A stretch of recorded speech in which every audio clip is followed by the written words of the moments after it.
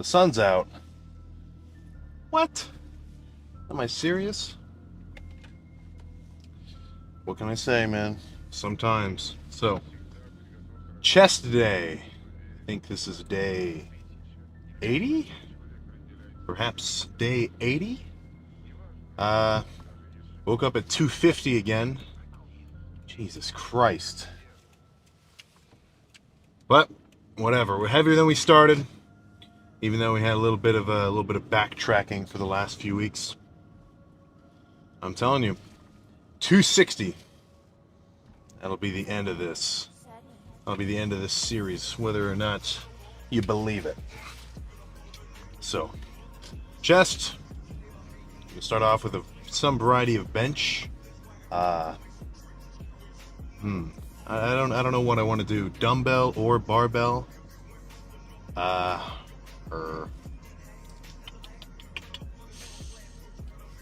Hard to say. I'll pick one. Either way, first few sets are going to be some sort of pressing movement, either barbell or dumbbell incline bench. Going to throw around as much weight as possible, for as many reps as possible. All right, same standard procedure as usual. Then move on to some sort of, probably jump on the pec deck a little. That's kind of been my go-to. Then jump onto a machine incline press. There's one there that I really like. Hammer strength plate-loaded ones. Those ones I seriously like. I wish they had one here. And then I'll probably finish off chest with some variety of cable flies, get a real good stretch. Who doesn't know the drill of a chest day, right? So, check the pump after that, and then shoulders. For the life of me, I don't understand why you guys are so perplexed when I say to do 11 sets of lateral raises, right? What? I don't get it. I don't understand what you're missing,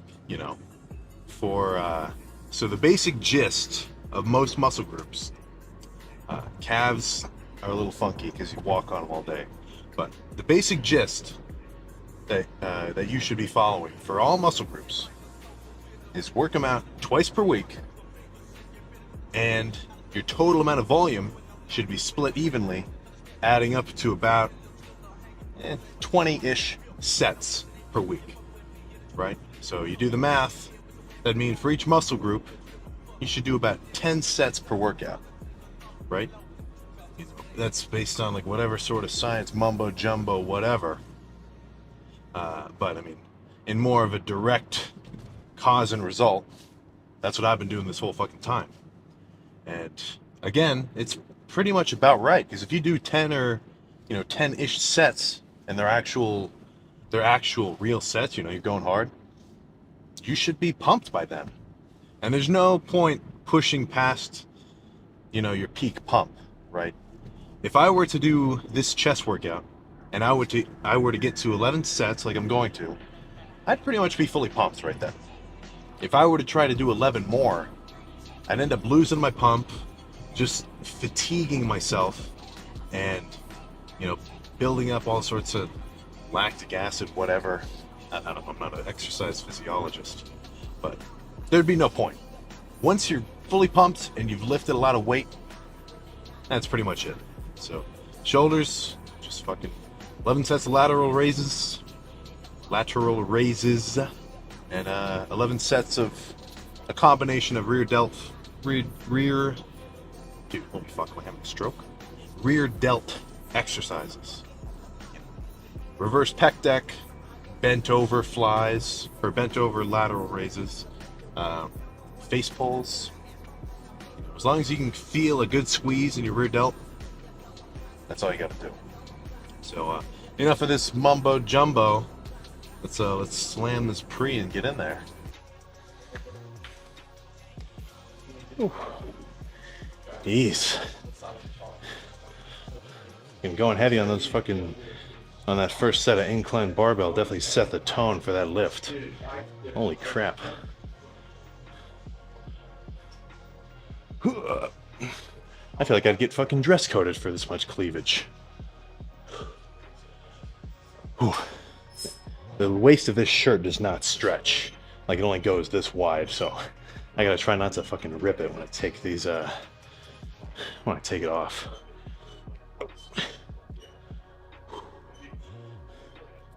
Come on.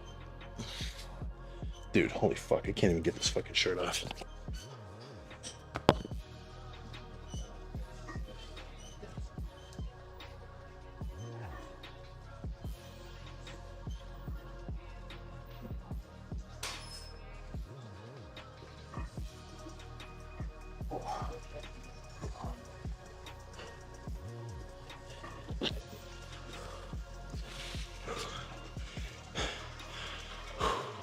Definitely not the worst problem to have, that's for sure.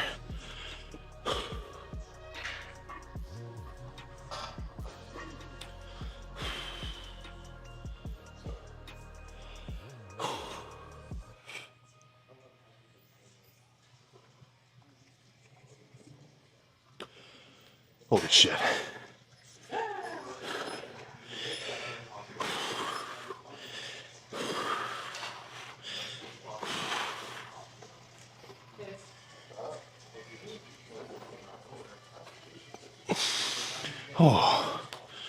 Oh my goodness.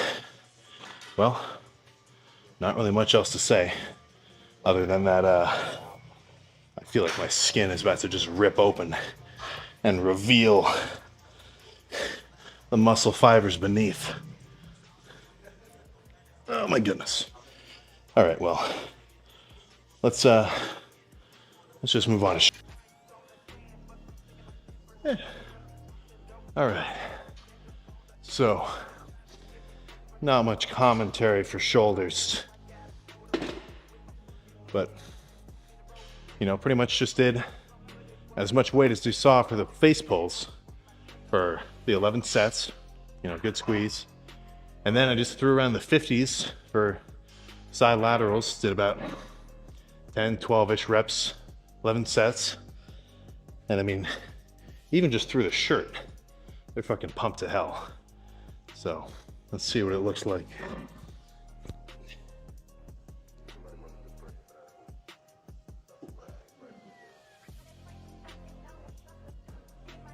Come on, get there. Oh. Oh.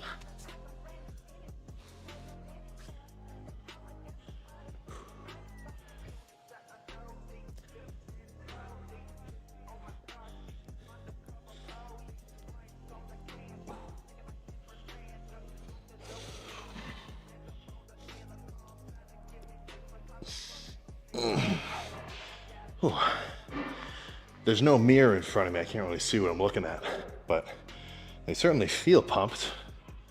Let me see what's going on. Oh yeah. Holy shit. Yeah, that is round. Oh my God. Whew.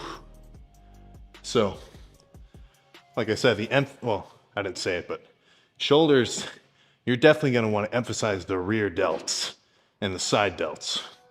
Because when you do any pressing movement, like that, all the incline bench, even the flies, even when you do curls, you're working your front delt. So for the most part, your front delt's going to be developed enough, right? Like you saw, I didn't do any overhead press or anything. It's big enough, right? What I really want is the sides and the rear to get extra round, so that when you look at it from the side, you should be able to see a little shadow right in here. Plus, I said this before, when your front delts are overpowering the rest of your shoulder, you're just gonna be walking around all hunched over like a fool. Not good. So I can do a little bit of calves and then get some car talk going. There we go. All right. Time to roll. This fucking guy's looking at me. Oh my goodness. So, yeah, for shoulders, I just kind of wanted to get done. I didn't need any more talking. But yeah, chest was fucking sweet. Didn't feel the pec at all. Hopefully a good omen that it is nice and healed.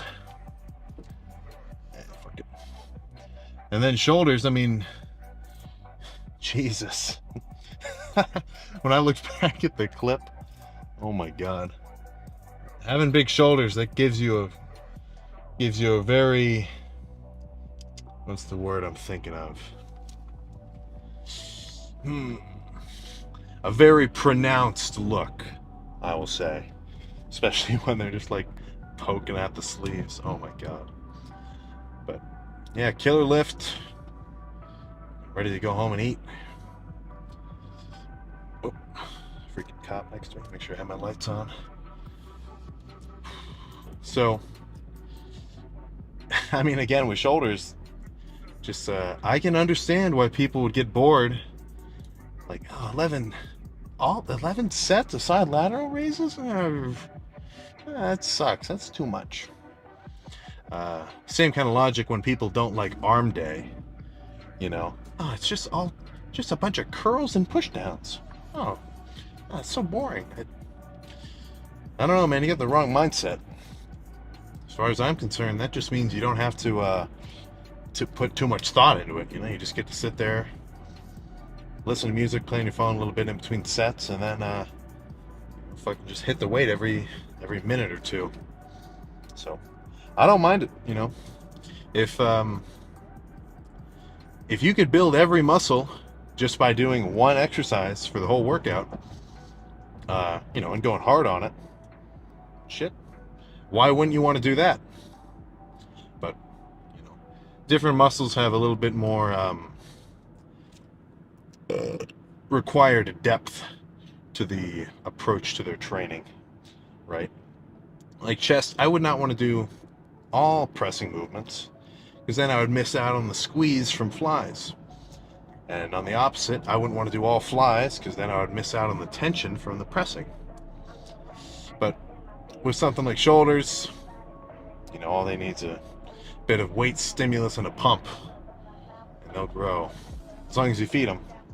So let's slam this dextrose shake before I forget. Post-workout, dextrose, straight to the bloodstream, insulin spike. It's good for your recovery, I tell you.